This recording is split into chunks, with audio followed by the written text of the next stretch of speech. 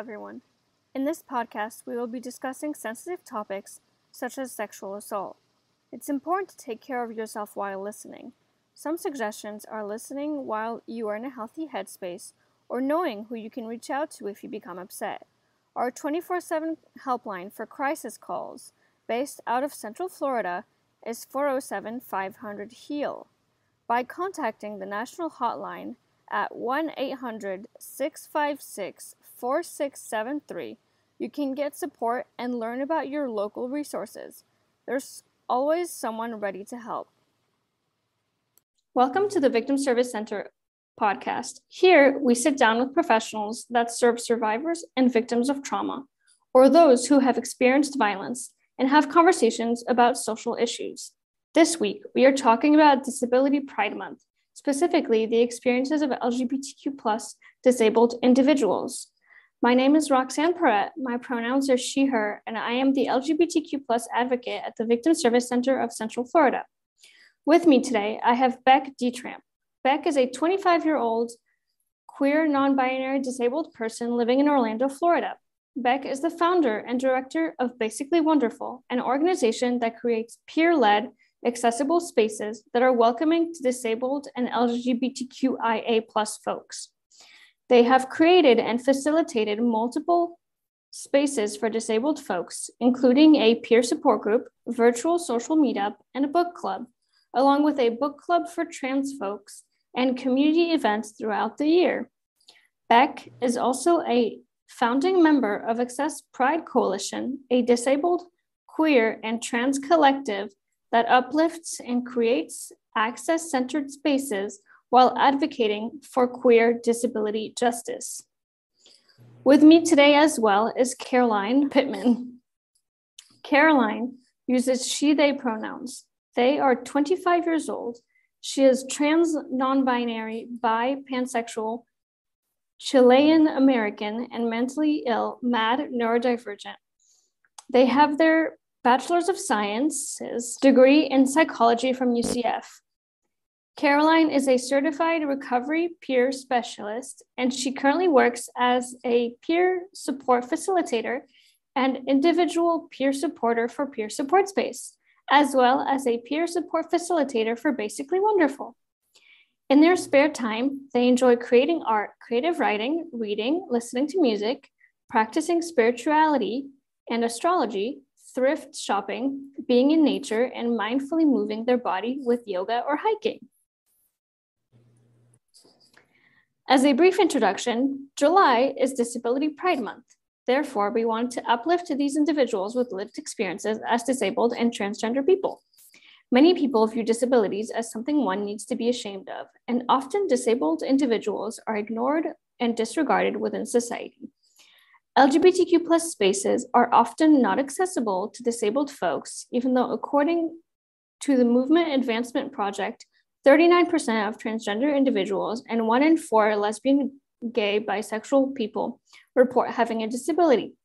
So today, we will be covering different disability-related terms, some myths about disability, the intersections of being transgender disabled, what disability pride means, and more. So to start off, we wanted to define some important terms that we will be mentioning often today. Beck and Caroline, would you like to define what disability is? Sure, I can jump in. So the official definition of a disability is any condition of the body or mind that makes it more difficult to do certain activities and interact with the world around them. I will say that, like, within our spaces at Basically Wonderful, we very much use disabled as a self-defined term because it can be really broad and it looks really different for a lot of different people. And I know we'll touch on internal ableism later, but that also plays a part in whether or not people want to use that label for themselves. The next word that we would like to define today is what is ableism. Ableism was the belief that disabled individuals are less than or not worthy of living a fulfilling and satisfying life, regardless of their ability to give back or produce for greater society. And what are invisible disabilities? it is what it sounds like. It's disabilities that aren't inherently apparent. So examples of that would be things like chronic illness, mental illness, being neurodivergent, things like that. So, Caroline, do you have a definition for a self-diagnosis? Sure. So for me, I would say that self-diagnosis is, identifying with or doing your own research on a condition and finding, community or enlightenment upon that research. And if you're not able to access an official diagnosis because of financial means or other reasons that it's inaccessible for you, I don't think that we should discredit self-diagnoses of conditions, because there's a variety of reasons why people might not be comfortable going to providers. So there's a lot of mistreatment that we will get into later, especially in the LGBTQ community, for other folks as well. So, never wanting to discredit folks is a big part of defining self-diagnosis and validating self-diagnosis as well. And Beck, so what is the difference between internal ableism and societal ableism, and how do they look different? Yeah, so internal ableism doesn't really exist without societal ableism. So internal ableism occurs when we are heavily influenced by stereotypes, misconceptions, and discrimination. Essentially, it's when we start to believe that we may actually be inferior, like societal ableism likes to say. But yeah, internal ableism is completely fueled by societal ableism. You can't have one without the other. It's essentially just believing all the lies that comes with societal ableism. And talking about lies, so there are a lot of different myths about disabilities. So I was wondering if you could mention a few that you've really seen within the disabled community and within society in general that disabled individuals may have to endure. Yeah, I know one that I've brought up before is that being disabled doesn't look one certain way. Like I said before, with the definition of disability, it's very, very self-defined, because disability is very broad. I mean, I use the term disabled for myself, but it means multiple different things for me. I'm physically disabled. I'm also mentally ill. I'm also neurodivergent. So like there are a lot of things within my one self that I use disabled to refer to.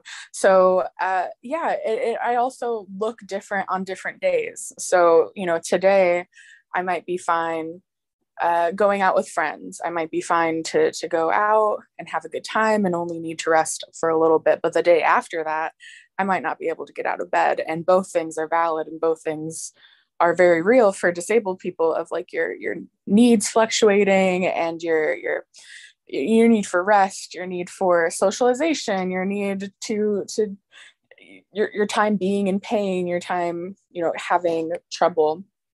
Like that's all going to fluctuate day by day, and it doesn't always look the same for each person, but it also doesn't look the same day by day per person. And Caroline, you mentioned self-diagnosis earlier. Could you go a little bit more into it? Yeah, I would love to. So, and a lot of the myths surrounding the self-diagnosis, both outside of the disabled community and within it as well. I feel a lot of imposter syndrome, and it's a topic we've talked about in our spaces as well, feeling this imposter syndrome about taking on the label of being disabled, even though, let's say you haven't applied for disability benefits, or you haven't gone and gotten an official diagnosis. You've only done your own research, you've read a lot of articles, you've heard about experiences from others in the community, and you really, you identify with this condition so much so that it almost gives like this relief. You have this eureka moment of like, wow, I finally identified a name for this thing that's been plaguing me for so long. And it's not just me that has experienced this thing. Like there are other people who have this condition or a similar condition, and that might change.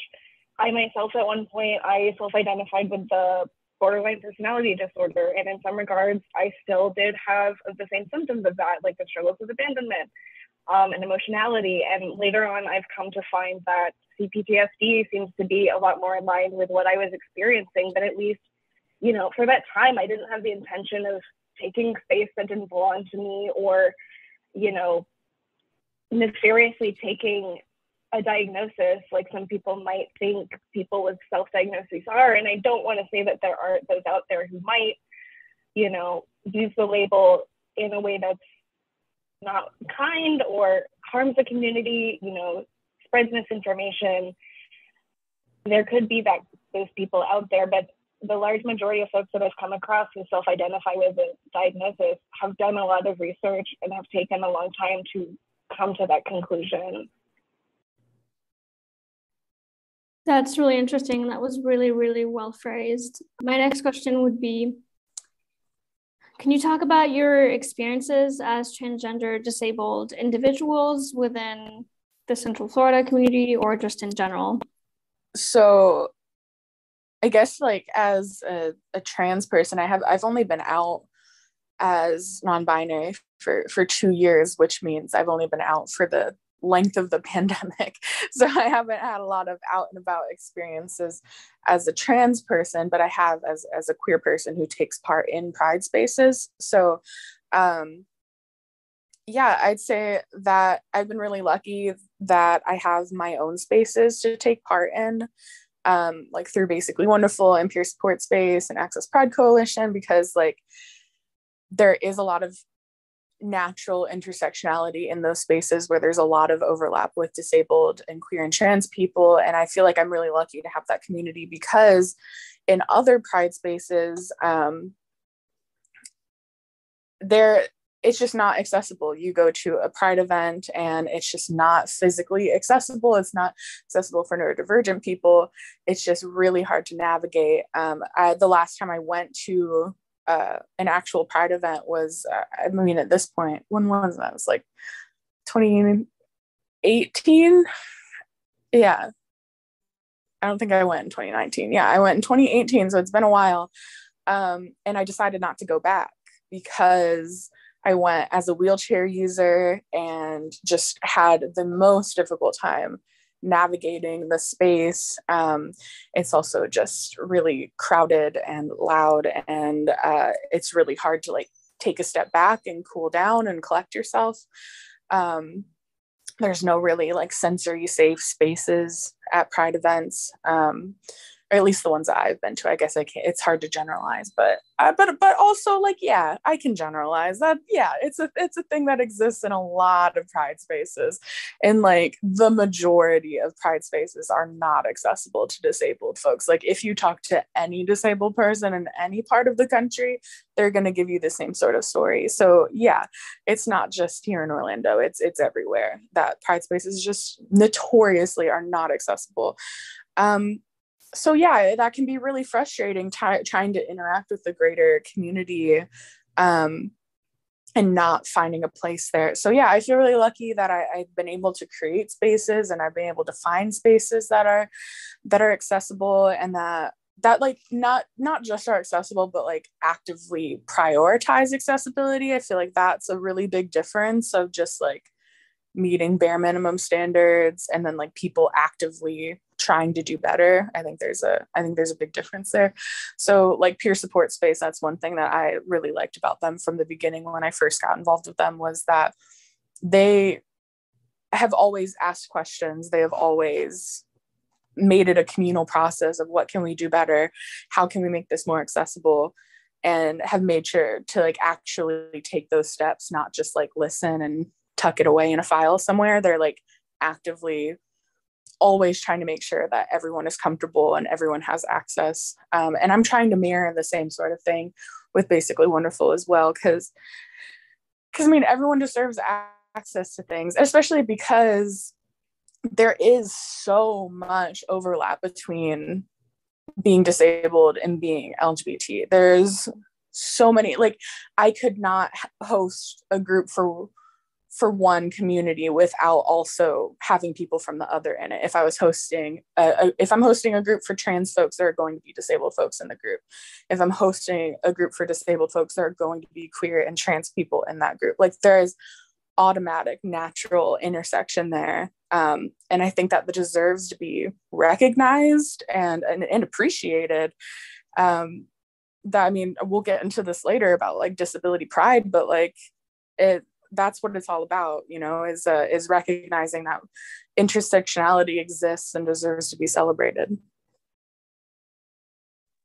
That was incredible. It's so important to have spaces that are available to everyone, because being, especially LGBTQ plus spaces, because being proud shouldn't be just for like one specific, like only abled people. Like people can be proud within the LGBTQ plus community and be disabled, and they should have access to those events that are celebrating their identities. So regarding disability pride, what is it and what does it mean to you? I kind of touched on it earlier in saying that I myself have felt a lot of imposter syndrome with taking the label of being a disabled individual, because both I, you know, have never applied for disability benefits, at least not yet in my life, and you know, I currently still have aspirations of going back to school. I've participated in higher education, you know, and not to say that those things disqualify you from having a disability, but like we've been talking about, the general notion in society of what a disabled person looks like is somebody who is not able to do those things. And so as somebody who both identifies as being disabled, but can also function in society in certain capacities, and almost, you know, pretend that I am neurotypical and normal, whatever you want to say, and I am able-bodied in that regard too. So, you know, I feel this imposter syndrome with taking on the label, because I don't want to take spaces away from folks that are more deserving of that, and more needing of, you know, community and camaraderie, and folks, you know, who are not, I don't know, just not judgmental of folks just based on their productivity and what they have to give back to society. It's just wild to me when people start conversations with the first three questions being like, what do you do for a living?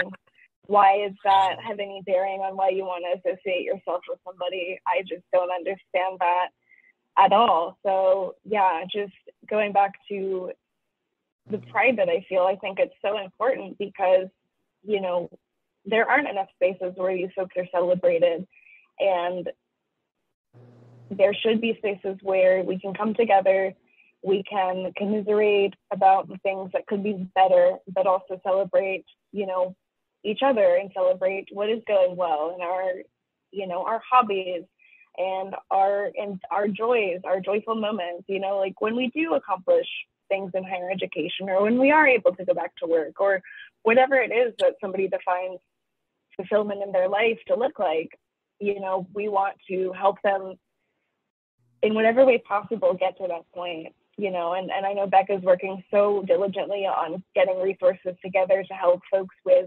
the process of applying for disability, because it is just so, not only is it is like insurmountable, but it's so dehumanizing, just what you have to, the information you have to give to them and all of that. So it's just, it's so important to uplift and celebrate, you know, those of us who are not celebrated every day, you know, and like we say, like LGBTQ Pride Month extends past June, Disability Pride Month extends past July.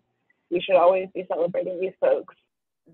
July is Disability Pride Month because the ADA was signed into law July 26, 1990. So that is why July specifically is Disability Pride Month. And yeah, I have a little bit of a definition of disability pride, and you know what it means to me as well. So disability pride is taking pride in your whole self, including your disability. It's about loving and accepting who you are and celebrating your worth and just your existence. And it really is about rejecting the notion of shame. So you know, disability pride doesn't mean you're, you know, necessarily thrilled about about you know, what your disability means to you. You know, it doesn't mean you're thrilled about living with chronic pain. It doesn't mean you're thrilled about you know, about some of the things you go through, but it does mean you're accepting and loving of who you are. And it's worth celebrating. It's definitely worth celebrating that, you know, disabled people make valuable contributions to society, and that we're loving, fun people, that we have good friends, and we have good times, and we make great careers, and we, you know, we have good, fulfilling lives, and we do great things through our organizations, and we have these spaces where we come together, and we're like, we have amazing lives as disabled people, you know, and that's worth celebrating. Is that I feel like that just gets, like, that specifically gets neglected because of societal ableism, where, you know, there's this misconception that disabled people are just absolutely miserable, which, like, yeah, sometimes I am miserable, but that doesn't mean, like, me as a whole person isn't worth celebrating. Like, yeah, sometimes I absolutely hate that I am in pain all the time, and that sometimes I can't get out of bed and I can't function like I would like to, but that doesn't mean that I don't have good friends, and I don't have a good job, and I don't have this fulfilling life, because I do. And so do so many other disabled people, and we really shouldn't be, like, counted out. So yeah, that's what disability pride is. It's just embracing yourself and recognizing that you're a whole wonderful human being, and that's fantastic. I really liked what you said, and I think it is really important to be, like, loud and proud in a society that, like, teaches you to, like, hide, and that, like, your needs are less important because you're not able-bodied. So it's really, really important. That's why, like, yeah, Disability Pride Month is there to, even though it should be every month, to remind people, like, disabled people are real and do have needs that need to be met, and shouldn't be just, like, pretending like they're not there simply because society doesn't want to do the work in order to make the world more accessible. So the next question is, why are disabled LGBTQ plus individuals more at risk of sexual violence and violence in general?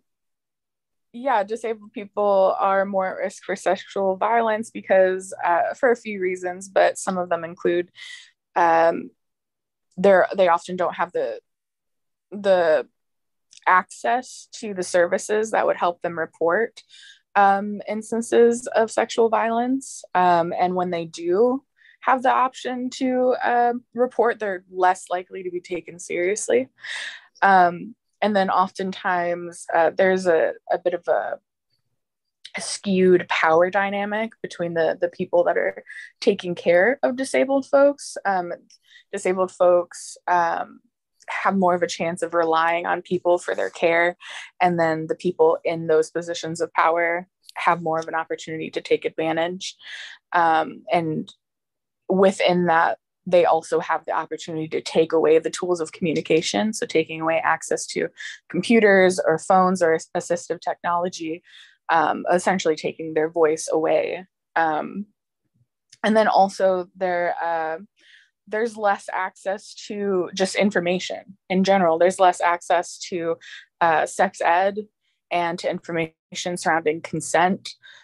So sometimes there are disabled folks who can get into situations where they just don't have enough information on their side to be able to make, like, an informed decision. And then people take advantage of that. So yeah. So the LGBTQ plus in general is more at risk for sexual violence, and disabled people are also more at risk for sexual violence. So if you mix those two identities, that makes people, like, at such a high risk. And unfortunately, being disabled sometimes does come with a vulnerability that people can as you said, take advantage of. And so because there's such a connection between like the intersectionality of LGBTQ plus and disabled just makes people more at risk. And then ultimately there's a pyramid of sexual violence, and at the very bottom is beliefs. So like that's where it stems from. And then eventually like it leads all the way to sexual violence. And the very, very bottom is beliefs, and ableism and homophobia are two of those beliefs that eventually like can lead to violence, which is why it's so important to, when you see someone or hear someone either making a homophobic joke or an ableist joke or a comment, it's really important to call it out and prevent it from happening again, because, you know, in that moment, it can just seem like, oh, it's just a joke, like, haha. But, you know, it's those kinds of beliefs that eventually lead to violence. And then the next question was, what can be done to change that? Do you have anything on that, Beck? It seems to me like access to information could be a kind of a bare minimum thing, making sure that there's proper sex education, probably starting from a younger age. You know, there is not proper sex ed in public schools. And that's something that everyone should just be informed on. But having conversations around sex ed and consent, I think, is a good starting off point, making sure that services are actually accessible. Because it seems like that would be a huge barrier if you were able to report to a service and then just not have your report actually heard. That would have to be an awful situation to be in. So I think that's bare minimum, is access to information and services being accessible. It sounds self-explanatory, but it really isn't to a lot of places. But yeah, I'd say that that's where I would jump off from. You're so right about like the accessibility of services. The VSC has we have an accessibility committee where we have many different people from different organizations and from just the VSC that are trying to make our services more accessible to all different kinds of people and all different kinds of like abled or disabled individuals. Just so, because experiencing sexual violence is already traumatizing enough, and if you can't access like the resources that are there to support you, then that means that the resources have to do the work in order to make their services more accessible. So that's what we're really, really trying to work on. So the next question is, how can ableism harm disabled individuals, either mentally, physically, or emotionally? Yeah, it harms them in all those ways and almost simultaneously. We talk a lot about, the internalized stigma and the internalized ableism, but like Beck said, that can't exist without the external ableism as well. And living in a society that does not prioritize accessibility continuously and being faced with those barriers in a variety of ways in your everyday life, trying to get just everyday tasks done, like going to the grocery store or the bank or doctor's appointments, and keeping all those things together, it's even harder. When you are trying to navigate all those things in a society where your needs are not prioritized. If you go to the grocery store and a cart's not available, what are you supposed to do? I mean, fortunately with the pandemic, we have ordering curbside now and things like that, but those things weren't really as,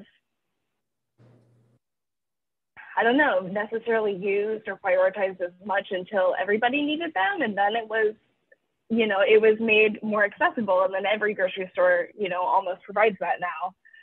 But until it was needed by the majority, it wasn't prioritized, and a lot of people, I think, could have benefited from those services way before the pandemic, if they didn't exist before this. So yeah, just recognizing that living in a society where your needs are not prioritized, that's going to wear on somebody, after a while. And then you have the internal stigma of, not believing that your needs are necessary or that your needs should be catered to, you know, that they are valued, you know, that's going to become an internalized message. And for some folks, they don't have family or friends or support system around them that is also validating of their disability. You know, there's a lot of folks who are told, like, you're exaggerating, or just get over it, you're not trying hard enough.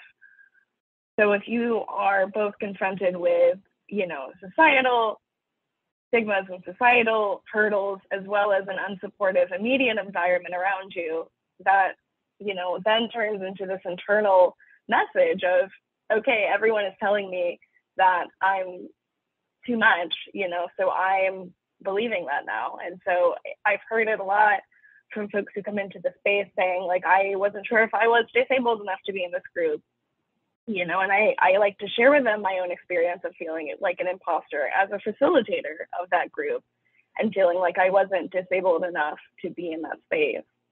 So, and a lot of them feel better about that, and especially our, you know, our openness to self-diagnosis and all things like that. You know, they feel a lot more comfortable being in the space after we tell them, no, you know, if you feel like you should be here, you are welcome here. But yes, it absolutely harms individuals in all those ways, and probably far more too. Yeah, I think ableism, I mean, honestly, when I think about ableism, I kind of immediately jump to internalized because of the groups that I facilitate, where that's what I witness the most within my life currently, is witnessing like other people's internalized ableism within our spaces. Like Caroline said, people come into the space like kind of gaslighting themselves, not really sure if they belong or not. And I feel like I like to make the point of saying that if you had, you know, an inkling that you belonged in this group, you probably do. And we have our definition, like in our description for our spaces, very, very broad. It's we welcome anyone who is disabled, self-defined. Yeah, we welcome anyone who is disabled, self-defined, and anyone who is navigating living outside of the able-bodied or neurotypical experience. So that is just a very broad definition, because disability is a very broad thing. But yeah, we witness so many people coming into our spaces just doubting themselves. I have friends who are like, well, I applied for disability benefits and didn't get them, so if the government doesn't think I'm disabled, then I must not be. And I'm like, no. And it's the same thing with doctors. I know we touched on self-diagnosis earlier. You know, it's like when you go into a doctor's office knowing there's something wrong, you're living with chronic pain, you're you know, experiencing what you're experiencing, but the doctors like aren't taking you seriously. And that's like a form of ableism as well, where doctors just really, the healthcare system in general is really stacked against you when you're disabled, especially if you're facing like multiple intersections going into that office. If you are also LGBT, especially if you're trans, if you're going there as a person of color, you know, if you're going there as any marginalized community on top of being disabled, you're not getting proper medical care, like at all. So yeah, there's ableism everywhere. We have different topics in our disabilities not a bad word group, but we kind of always circle back to those like main things. We kind of circle back to internalized ableism. We circle back to like ableism in higher education, in the healthcare, in the workforce. Like we circle back to these things because they're constantly impacting disabled folks. So yeah, I mean, I'm sure I could talk for like a million years about all the ableism because it's literally everywhere. But yeah, we're trying to alleviate at least the internalized ableism through our groups. And I feel like we've genuinely helped a few people by making our spaces open to everyone and like kind of giving that reassurance that like, you're here, you belong here, and you deserve to have a community. Because I think that that's something that happens with ableism, leading to internalized ableism, is it's a very isolating experience. It it isolates you from your community, because you know you don't belong with non-disabled people, but you also don't feel like you belong with disabled people, so you're just kind of alone for a while.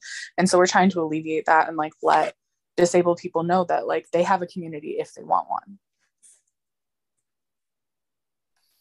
Why is it important to have peer support spaces for transgender and disabled individuals?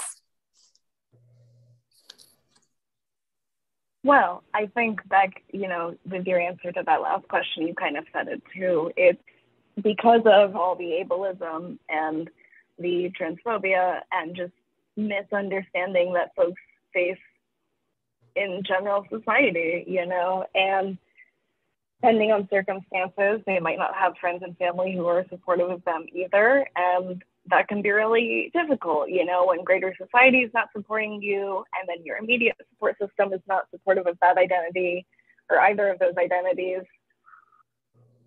Where do you go? Who do you turn to? And so, it's one of the great things about the internet, as much as there are the fallbacks. It does allow for a lot of folks to find connection and find community, in particularly relating to those identities that are more marginalized in our greater society. So yeah, to have these spaces where we can come together and complain about, how much the healthcare system sucks and how annoying it is to have to keep track of doctor's appointments. And we'll even have little inside jokes. Like, it becomes a very much close-knit community and family of folks who care about each other. And like I said, we celebrate successes, we commiserate together. And it is a beautiful thing to have us all come together in that space. How has being facilitators of the support groups, so disability is not a bad word, impacted both of you? And how do you think it impacts the people that get to attend those support groups? Honestly, being a facilitator of disability is not a bad word has been literally life altering. We started the group. Well, I started the group. Caroline wasn't a facilitator from the beginning. Glad they're a facilitator now. But when we first started the group, it was October of 2019. So we're going on almost 3 years now. And disability is not a bad word.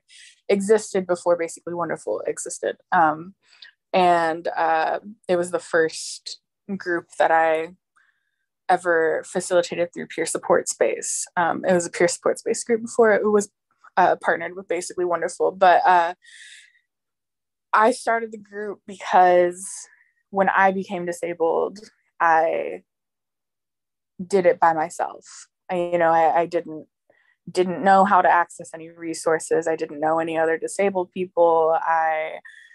My support system was lacking. I was doing it all by myself. I didn't have that like community. And so that's what I was looking for when I started the group, because I knew that if I didn't have it, then there were other people who didn't have it either. And so I knew that I hoped it would be really important. And when we first started the group, I think our first meeting had maybe 7 people, something like that, decent for our first meeting. But now we're averaging like at least 15 people per meeting. The most we've had at one time is 28, which was a lot. But watching the group grow over the past few years has been a wild experience, because we started Disability is not a bad word. It was once per month. It went by a different name. It used to be called Diversability, and then we realized that was actually kind of ableist language, and so we changed it. We updated it, and after we changed the name, our attendance grew significantly, because we just didn't realize that we were isolating people by using that name, and so it opened up to more people. And now we meet twice a month. And now there's a social meetup, and now there's a book club. Like, we realized there was so much more of a need than what I ever would have thought when we began the group 3 years ago. I never would have thought that it would have grown so much, and it's continuing to grow. And like I said before, you know, we've been able to reassure people that they have a community and that they have a place to just be. And I think that that's my favorite impact of the group is seeing these regulars come in and watching them go from maybe not very talkative to like super talkative to being like actual friends with people to getting their needs met to finding access to resources. I think that that's been the most impactful thing, is like not just like me finding community because that's something that I wanted in the beginning. It's allowing other people to find community and like seeing it be genuine too, because it's not just like random people every time. It's regulars. It's people who want to be there, who have been there for a year plus, especially since we became virtual.